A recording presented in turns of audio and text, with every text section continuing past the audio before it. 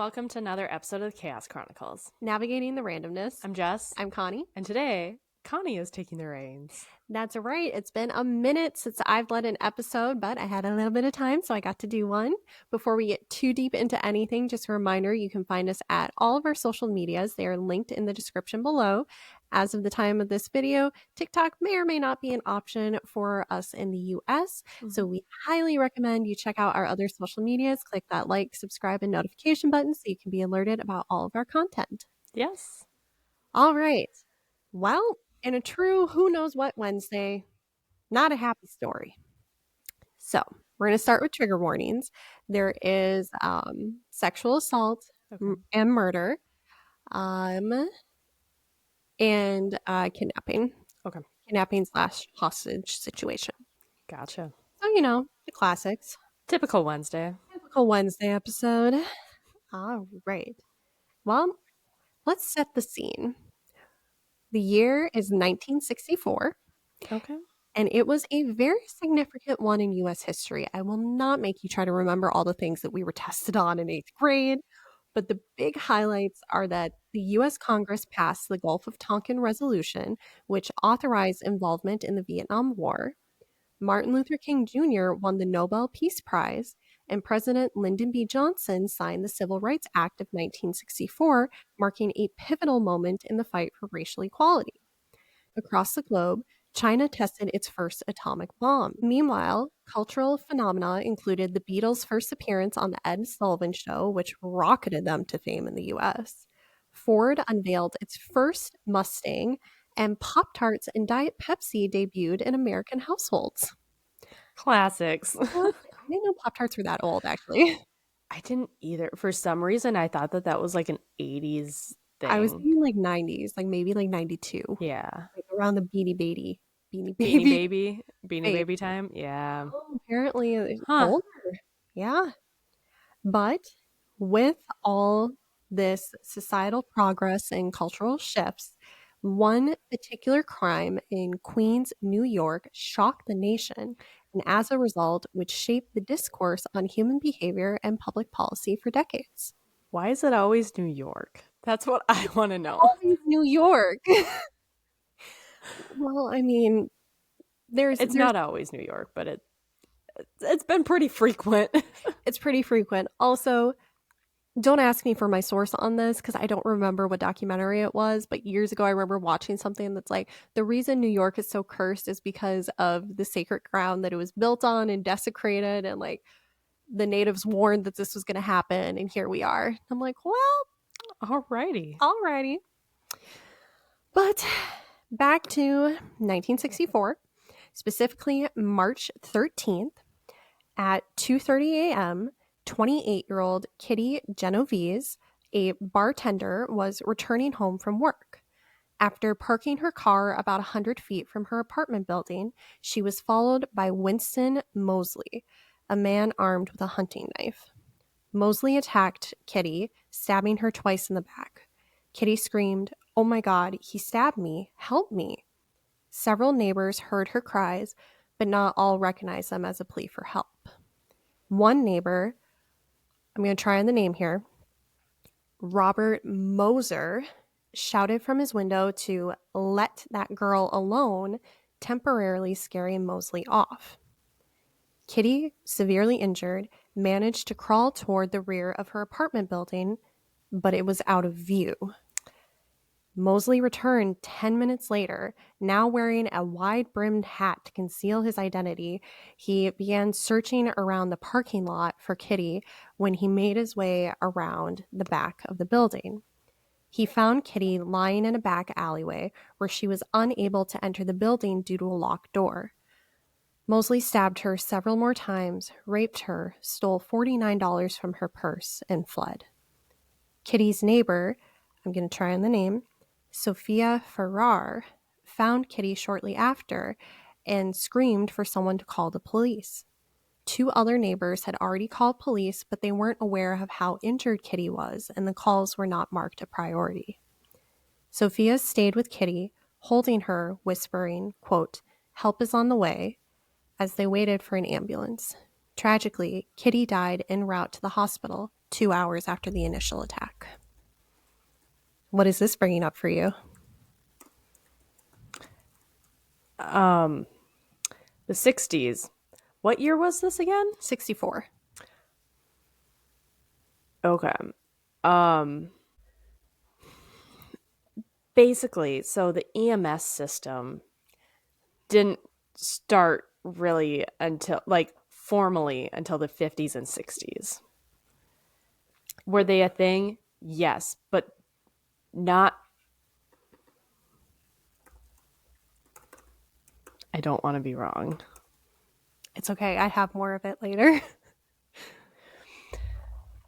The National Registry of Emergency Medical Technicians, what I went through to get my EMT and paramedic is higher, that was not established until 1970. Mm-hmm. So EMS was not what it is today. So when you're thinking like an ambulance is going to come, they're going to help you, they don't have medicine. They don't have interventions. They have a lot of times back then, it was the morgue. Band-Aids and a gurney? Not even. It was the morgue trucks. They would come and pick someone up and bring them to the hospital. So that's where the idea of a taxi service for EMS really comes from. Yeah. They would just pick them up and go. This emergency medical national registry, that was the start of education for something more of we're going to pick you up and drop you off. Yeah. No, if that had been in place, Kitty likely would have lived. Many stab wounds. This was the part where I'm not going to get too deep into it because this case, the amount of research gone into it, some stuff has said that Kitty would have likely survived with medical intervention. Some stuff say no. I didn't get into the actual like autopsy reports or anything. I tried to pull up a little bit of it, but I was also doing this part more at 3 a.m. in the morning. 3 a.m. in the morning. That's redundant. Mm-hmm. You don't want to look at autopsy reports when you're in the dark. Like it's not something I recommend. Another little fun fact here. Sorry to interrupt you again. No, you're good. 1945, hospitals started. Nope, wrong one. In 1961's, hospitals started having emergency rooms. Before then, they didn't have them. Which is they weren't wild to think about. Mm-hmm. A lot of things that we take for granted today, at least in this part of the world, not the standard. And it's not actually the standard in a lot of places still, but you do have to remember in this story, we are talking about 1964. Yeah, which is why I wanted ERs are brand new. Yep. Emergency rooms, brand new. And your I'm going to call them ambulance drivers back then because that's what they were. They couldn't provide care. They didn't have this training that we have today for another 7 years. So like, yeah, you're pretty much out of luck. Yeah, in which Kitty was, unfortunately. Yeah. And again, 28 years old. She was our age. Yeah, 100 feet from her apartment. She had parked in the apartment parking lot and was like walking to the door when all this happened. How was that not marked as a priority? I guess dispatch back then was also then. And again, the two neighbors that we know of that called the authorities, they didn't know how bad her injuries were because remember, she went around to the back of the building. So she screamed initially, help, he stabbed me, called the police. Mm-hmm. And then Robert Moser, screamed out the window, let that girl alone. I'm not saying that wrong, by the way. That's the actual quote, guys. And like Mosley took off. So for a lot of folks, again, this is 2:30 in the morning. So like there's a lot of things where if just one little thing had been done different, the outcome could have been completely different. Yeah.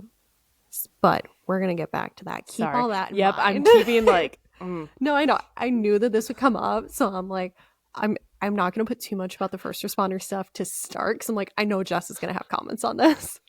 I have lots of thoughts that I will Understandably. stop for right now, and you No, can you're continue. good. Save them for the end because I got stuff on it. Okay. Okay. Kind of. Okay. So let's take a look at who was Kitty.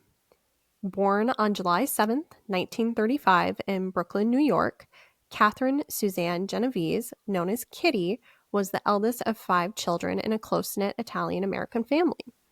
Known for her sunny disposition and self assurance, Kitty attended Prospect Heights High School, an all girls school in Brooklyn. After her mother witnessed a murder, the family moved to Connecticut, but Kitty remained in Brooklyn with her grandparents. I tried to find more details on the murder that the mother witnessed. Mm-hmm. Not Couldn't a whole figure lot. it out. Yeah. Nope. Some of it was behind some paywalls, and like I didn't really want to pay $40 for a book. No. No. Shortly after graduating, Kitty married a man, but the union was annulled due to Kitty being a lesbian. This is 1964, remember? Mm-hmm. And she comes from Roman Catholic Italian background. Oh, you're getting shunned by everybody. Yeah. Oof, that's a rough time. That's a rough time. I don't have too much about how her family reacted to that or Okay. her grandparents. But we do hear a little bit about her family later. Okay.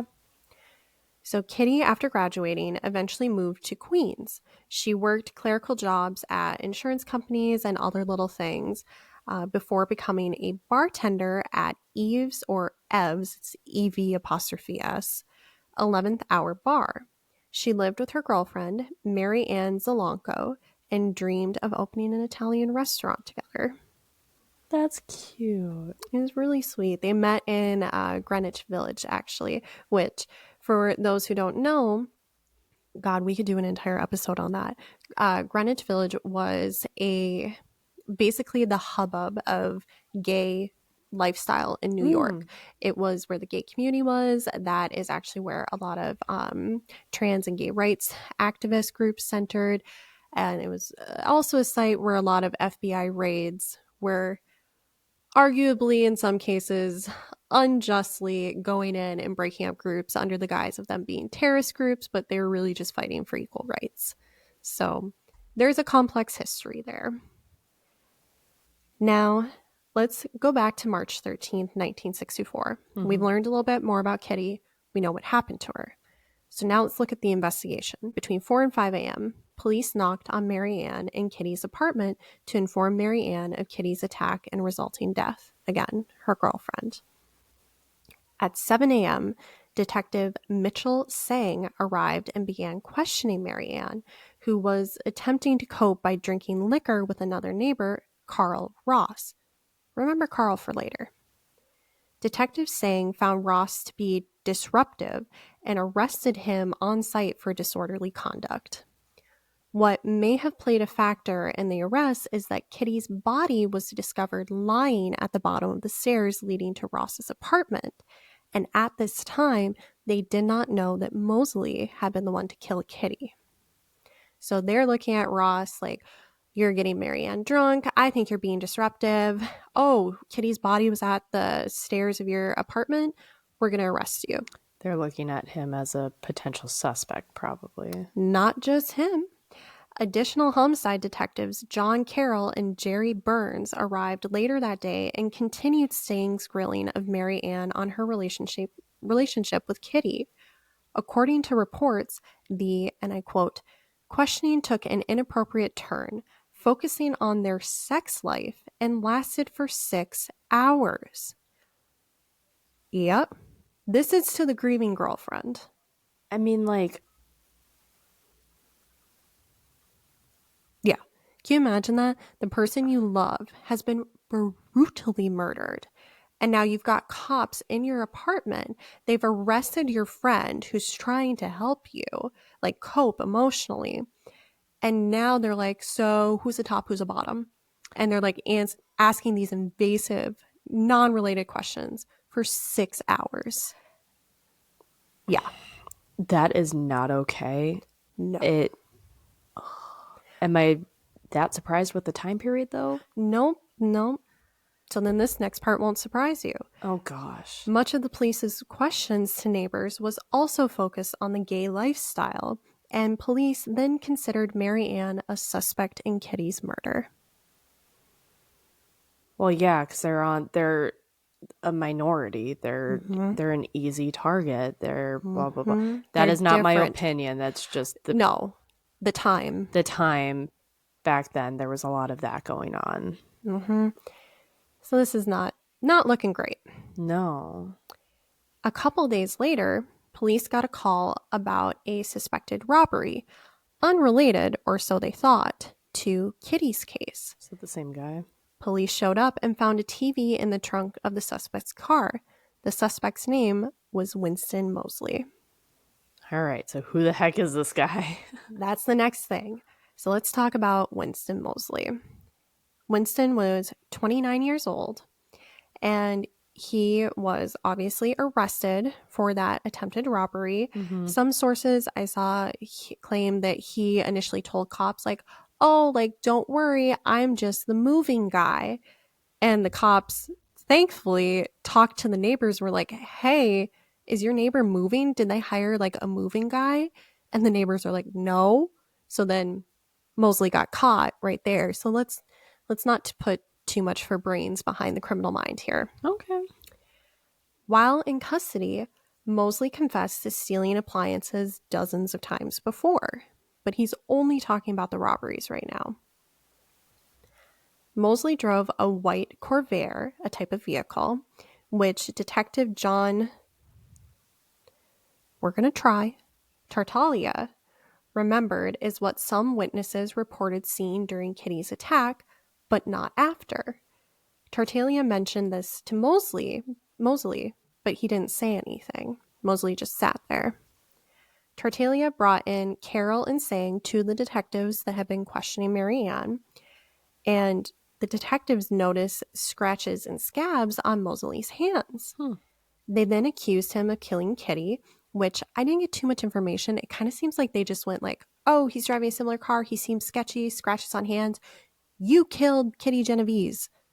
That's not how that's supposed to work, but okay. I don't have more information. Well, yeah, I know. I'm just like that. That's forward of them. I know. 60s. Sorry, my apologies. Exactly. 60s New York. Yeah. And somehow this worked. Mosley confessed. And Are you serious? Yes. God. Yeah. What? When does that ever work? I don't know. Here, it worked here. Believe me, I was just as shocked as I was researching this. I was like, okay. That only happens in the movies, but apparently not. That's what I was thinking. I'm like, this feels like a movie, girl. Like, it feels more like a movie later. Oh, God. That's probably not a good thing. Yeah, well, the sensationalism of it. Okay. Mosley confessed, and in doing so, he revealed detailed information that only the murderer or the cops would know. So, like, he basically signed over, yeah, I did it. So now they wanted to find out what was the motive for this. Because why? Exactly. When something bad happens, it's only human nature to want to rationalize why. Is it helpful? No. Does it tear us apart? Yes. Do we do it anyway? Yeah. So Mosley hadn't known Kitty before March 13th. He simply spotted her at a traffic light and followed her home. He had been driving around Queens that night looking for a victim, but didn't give a particular motive for the attack. He had wanted to, quote, simply kill a woman, as women were easier and didn't fight back, end quote. Yeah, we're just going to leave that one there. Yeah, I was going to say, I could say words. I'm not. Yeah, I just kind of stared at that on my screen when I read it, and I'm like, okay. Yeah, let's just let that sink in for a second. Yeah, some people really think that way. So Mosley later confessed to several other rapes and 2 murders, Annie Mae Johnson and Barbara Kralik. I believe I'm saying that right. Kralik. So reports of psychiatric examinations that were done after Mosley was arrested, I hate the sentence that I'm about to say, suggested that Mosley was a necrophile. Do you know what a necrophile is?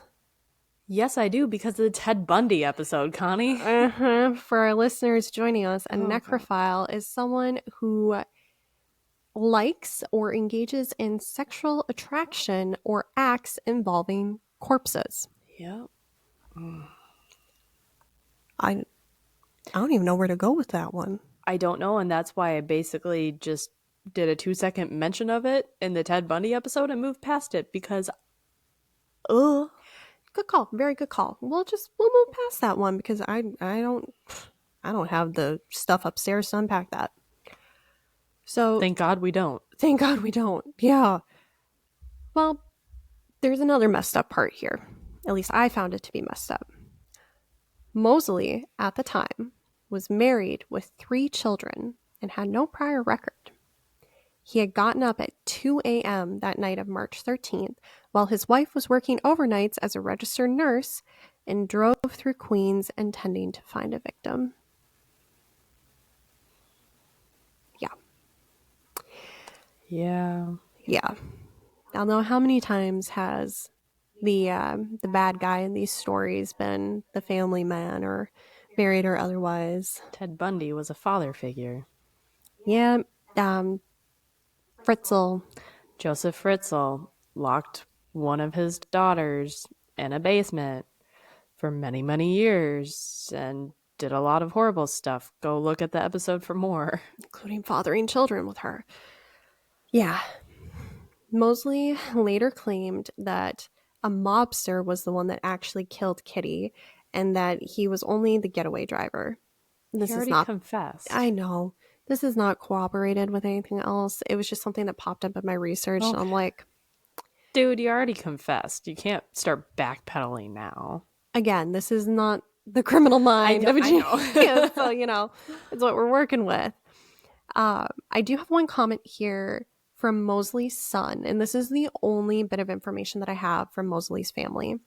But one of Mosley's children, his son, stated that he believes his father was motivated to attack Kitty because she yelled racial slurs at him. Now, Mosley, based on his picture, it looks like he could be African American. I didn't get too much into him because I'm like, I don't want to focus too much on him because then it makes it seem like we're glorifying this.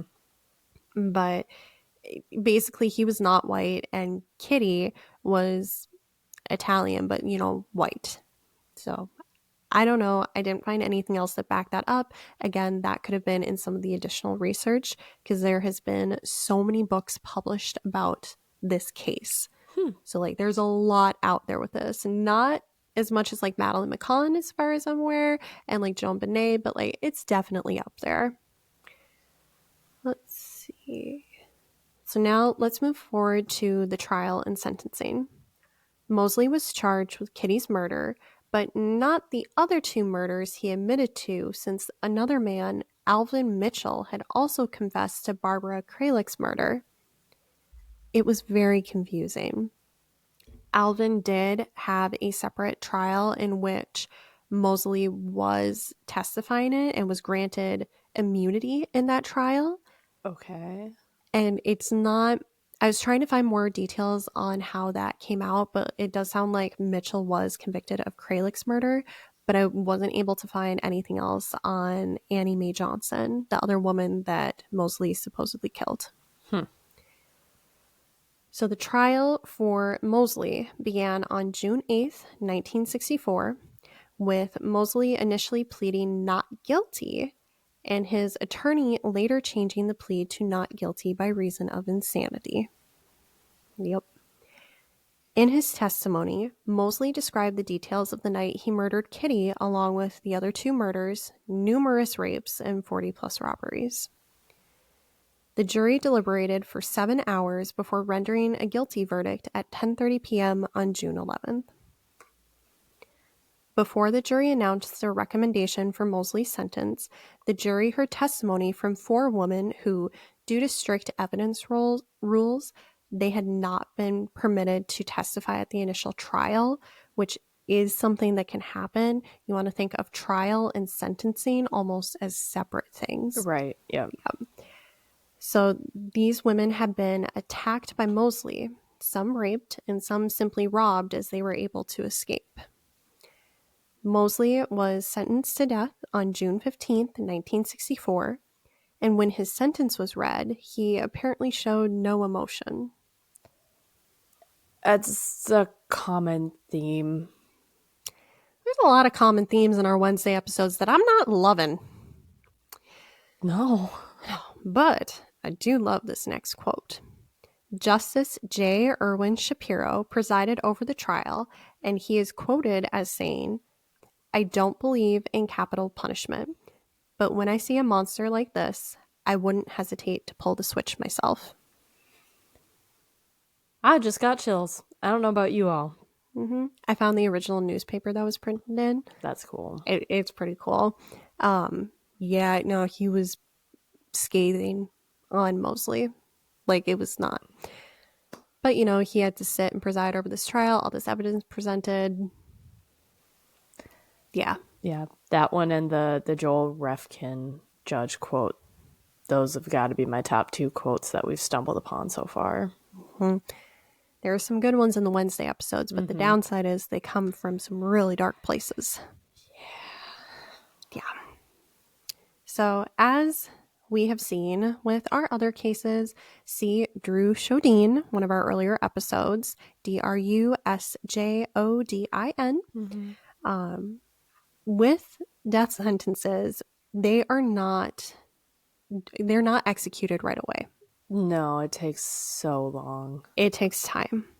So 3 years later, the New York Court of Appeals found that Mosley should have been able to argue that he was medically insane at the sentencing hearing. Since the original sentencing was based on the finding of legally sane, which I guess there is a difference in the courts. I haven't gotten into that yet, so I can't speak on it. What? Yep. The sentence was reduced from the death penalty to life imprisonment. Just wait. So, Mosley did not just serve his time in prison uneventfully, because that is too much to ask. On March 18th, 1968, Mosley was being transported back to prison from the Meyer Memorial Hospital in Buffalo, New York. Did he get out? Where he had minor surgery for a self-inflicted injury. Mosley attacked the correctional officer in the transport with him, stole his weapon, and fled to a nearby vacant house where he successfully hid for 3 days. Yeah. Only 3 days? Well, just wait. Oh, dear. On March 21st, the home was no longer vacant. The owners came back, Mr. and Mrs. Matthew Kulaga. Oh, no. Mosley held the Kulagas hostage for more than an hour, binding and gagging Mr. Kulaga before raping Mrs. Kulaga. He then stole their car and took off.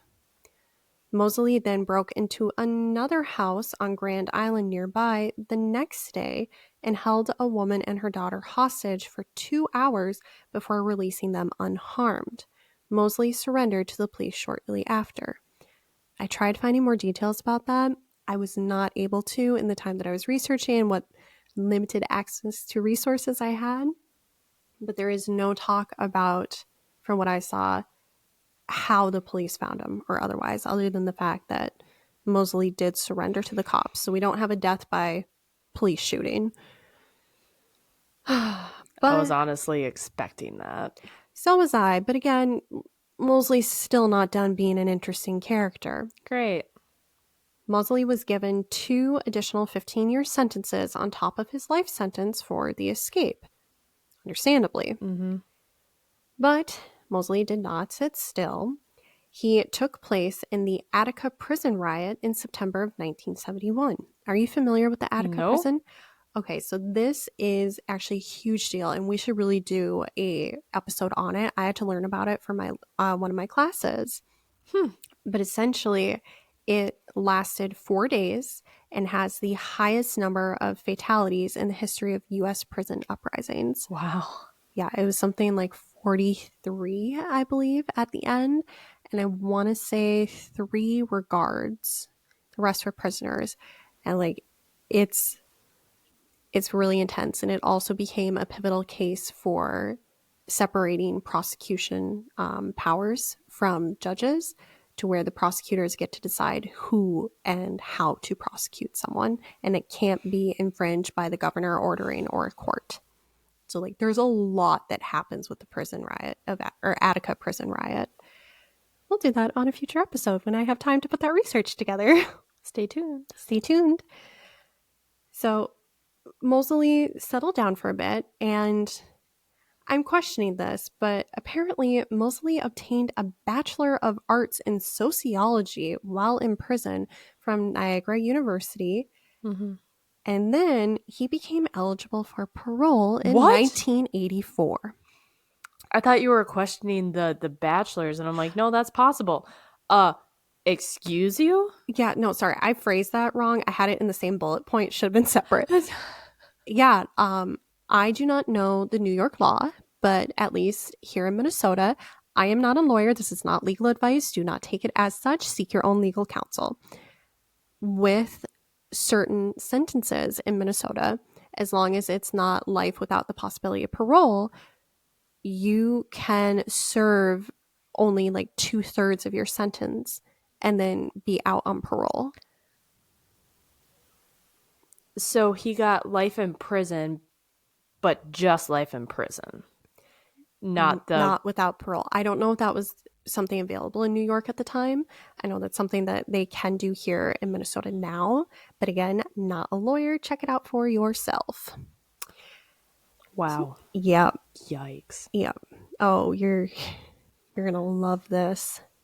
In his first parole hearing, Mosley claimed that he was a victim because of the notoriety surrounding his crimes. He stated, and I quote, "For a victim outside, it's a one-time or 1 hour or 1 minute affair. But for the person who's caught, it's forever." End quote. And that was from the New York Daily News.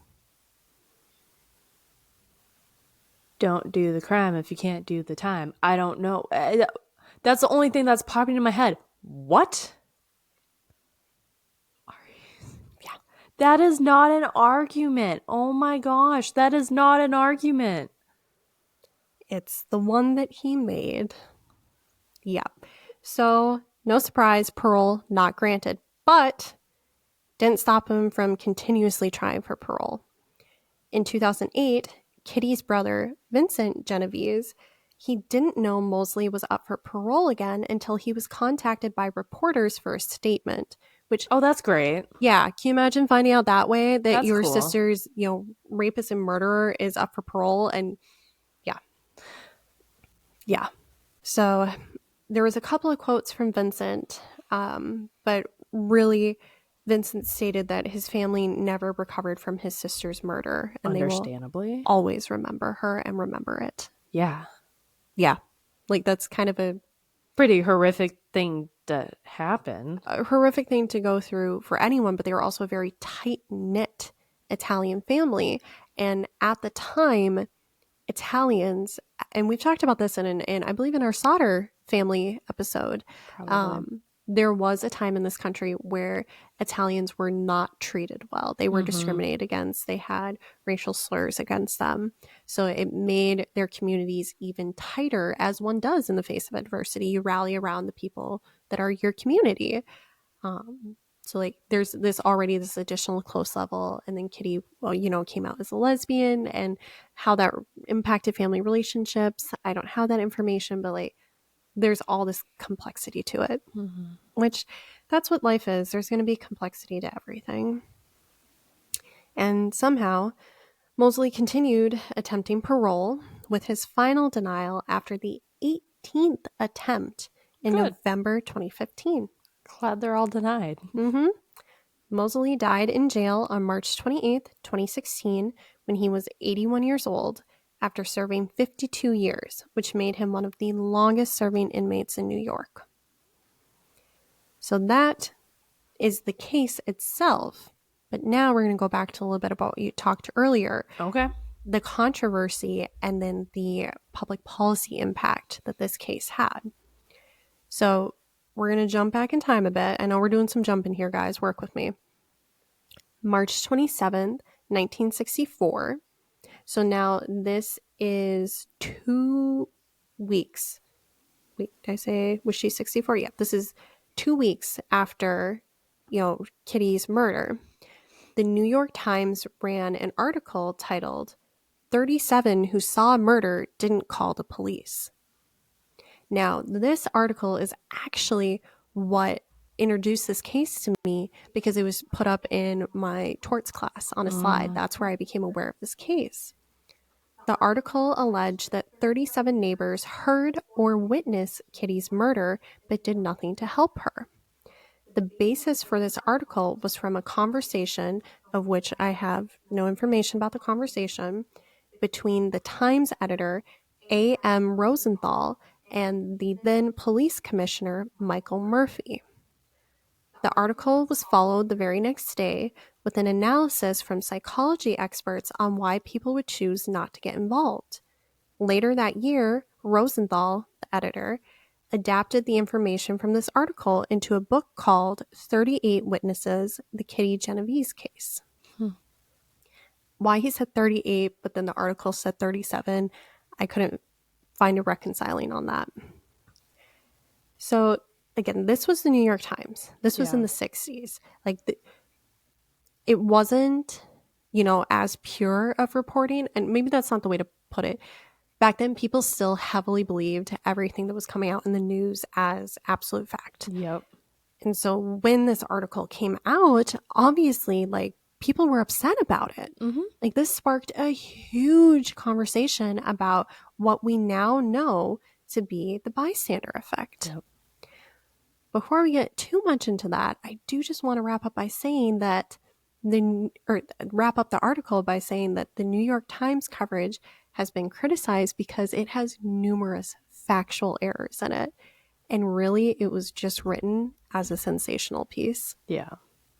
Because we know from earlier in the story, at least 2 neighbors called 911, and Sophia actually ran out and was helping Kitty. Yep. So there were people that helped. Yep. So again, despite the inaccuracies of the article, it did keep growing to introduce this idea of the bystander effect, which I didn't know this, but the other name for the bystander effect is actually the Genovese syndrome. Oh, seriously? Named after her, yeah. Wow. So this became a major thing, and bystander laws and bystander regulations are taught in law schools today because this is such a prevalent problem. Mm-hmm. There's a direct quote from history.com, and this looks like a French name, and our history with French hasn't been great, so I'm going to try my best. Psychologists Bib Latane and John Darley made their careers studying the bystander effect and have shown in clinical experiments that witnesses are less likely to help a crime victim if there are other witnesses. The more witnesses, the less likely any one person will intervene. The bystander effect was used by the press as a parable of a morally bankrupt modern society losing its compassion for others, particularly in cities. End quote. Which, I don't remember which episode it was, but you and I relatively recently have talked about that with first responders and medical emergencies, where you have to signal someone in the crowd and point them out and say, you with the blue shirt and the jeans, call 911. Yep. Or no one calls 911. I don't know who that was. The only thing I can think of is the Sauter family with all the, but who knows? They all blur together. One murder after the other, really. So it is interesting to note that in the process of debunking the New York Times article, they did find that 2 neighbors, but only 2, would have been shown to fall under the bystander effect at the time of Kitty's murder, one of which being Carl Ross. Remember him from earlier, the one who was consoling Marianne, Kitty's girlfriend? Yep. In a direct quote from history.com, intoxicated that night, Ross heard noises and after deliberation cracked open his door to investigate. He saw Genovese laying on the ground, still alive and attempting to speak, and Mosley stabbing her. He shut the door and called a friend to ask what to do. The friend said to not get involved. Ross eventually climbed out his window and went to a neighbor's apartment. He called the police after hearing Sophia Farrar call for someone to do so. Ross's explanation of his behavior, quote, "I didn't want to get involved," end quote. And this became the famous rejoinder of the bystander effect, Yep. end quote. Yep. We always try to find a positive with our cases, especially when it is just unfair and brutal. Mm-hmm. The positive here is that Kitty's murder is credited as one of the main factors that pushed the emergency 911 system into place. Mm-hmm. New York City officials were motivated to join the national effort to make 911 the official national emergency number, which it has now been since 1968. That was one of the things that I was going to look up next to see when, because that's another thing, because back then it's like, all right, you need to call the cops. What number is it? Mm-hmm. Did you call the right person? Remember the Sauter family case? You're calling your local cop who has to call his cop buddy or like Phone tree it. Yeah. Yeah. Which is wild because in our day and age, even in the last, 30, 40 years, It's changed dramatically. Well, it's changed dramatically, but like everything has been, you don't even say call police anymore. You say call 911. yeah. Like that's just become the default phrase. Yeah. Me and my partner were actually talking about this week. Even up until pretty dang recently, and recently is relative, but in the EMS world, there wasn't always your little jurisdiction areas, right? Those didn't exist until more recent, and I can't tell you an exact date because I don't remember. But there was a time where someone would call 911 for EMS, and then it was like, who's going to get the call? It was up in the air. You would just get a call to pop up, and it was whoever would respond. It was just a free for all. No, honestly, there's so many things that I've learned in the last couple of years about the emergency like dispatch and all the systems. I remember you and I talking about that, and then also talking with someone who has been involved in, one of the county around here is emergency dispatch. Emergency dispatch. I think I can just say that. Yeah. It wasn't until I think honestly you and I were in high school, maybe even college, that they put a system in place where the fire EMS and police address information corresponded with each other. So like if paramedics were going out to a house that had had several domestic violence calls, they didn't know that before this system was put into place to condense the information. So when they would put in the address or whatever it was for the system, now they would get alerts that, this is a potential domestic violence issue. Yeah. And still to this day, that is a little hazy depending on, but there have been times where we get called to stand by for priors at that place. Yep. So sometimes it slips through the cracks, but it does. It's still a newer program, less than 10 years old to my knowledge. And again, that's just in our part of Minnesota. This could be different in other parts of the US and possibly around the world. But, I feel like it's a really good time to mention, as Jess and I have been doing throughout this episode, that when we look at a lot of these true crime stories, we are projecting what we think the cops should be doing, what we think, should have been done by the detectives or EMS or whatever it was. And we just have to remind ourselves that, these systems that, maybe you see on TV and like any of the million and one cop or procedural shows or medical shows, like that is the ideal. It'd be great if we had all that stuff, but we don't. We should, but we don't. No. And things have, heck, I started not even super long ago I've been in EMS for slightly under 10 years now, and so much has changed since I first started on the truck. Yeah. It's like our systems have changed, the way that we dispatch now has changed. I mean, there's been many, many different advancements too since I first started. We Oh, can yeah. do a lot more. We have more resources, but again, EMS is it's basically the baby of the three, Yeah. EMS, fire, and PD.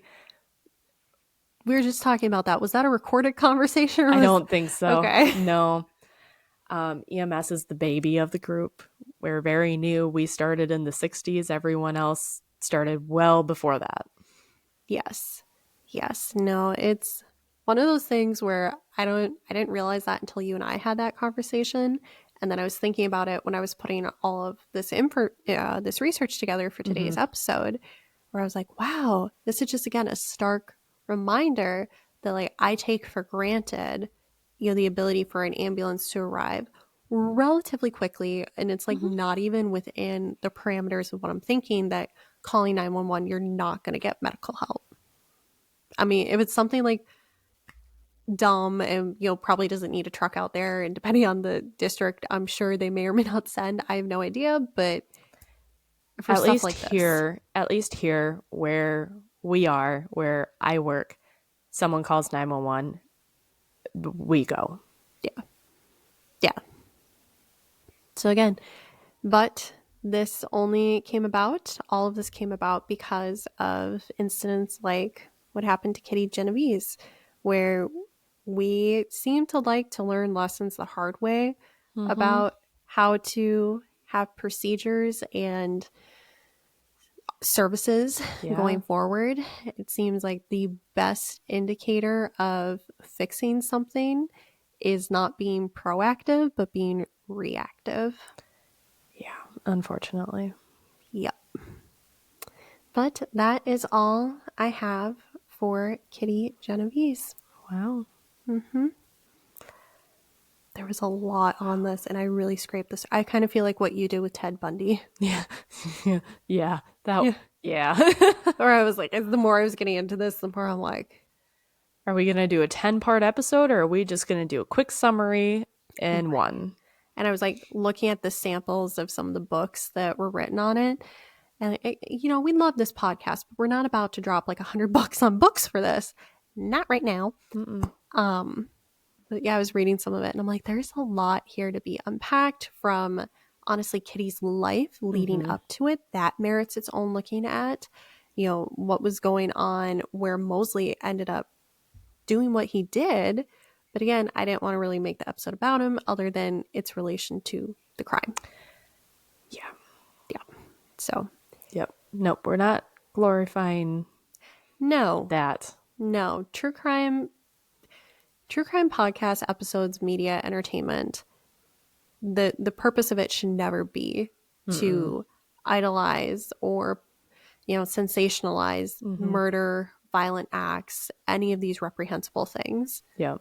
Like, take these as almost educational. Yeah. As that kind of like reactive, preventative at the same time. This is why we don't open our doors to strangers. This is why we lock our doors all the time, because of a lot of it being from New York in the 60s and 70s, but just kind of in general. Yeah. It's a wild world. I gotta find that documentary about New York being cursed ground. It would explain so much. But yeah, Wow. this wraps us up. A little under an hour for an episode. Real quick, I do just want to list my sources. I always forget about this. I know. I'm bad about it. I'm trying to get better. It's hard. So, of course, I had those quotes from history.com. Also, of course, Wikipedia. It is a good source to go over and find hyperlinks as long as they're still active hyperlinks. But Make also, sure you check. Sorry. Always make sure you check. Yes. My two newspapers, I didn't formally cite them. Cite them. Thank you. So I'm just going to read it off the URL, but essentially a local Buffalo newspaper, looks like Buffalo Daily News, New York Times, as well as a local Canadian Daily Times that was close to the New York border. Yep. I really need to cite these better. Oh, and one book, Kitty Genovese, Bystanders Change America. There we go. There we That's all my go. sources. Wow. Yeah. Yeah. Not the worst Wednesday episode, not the best, not the worst. Mm-hmm.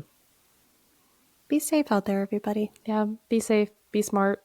If you see something, say something. Yeah.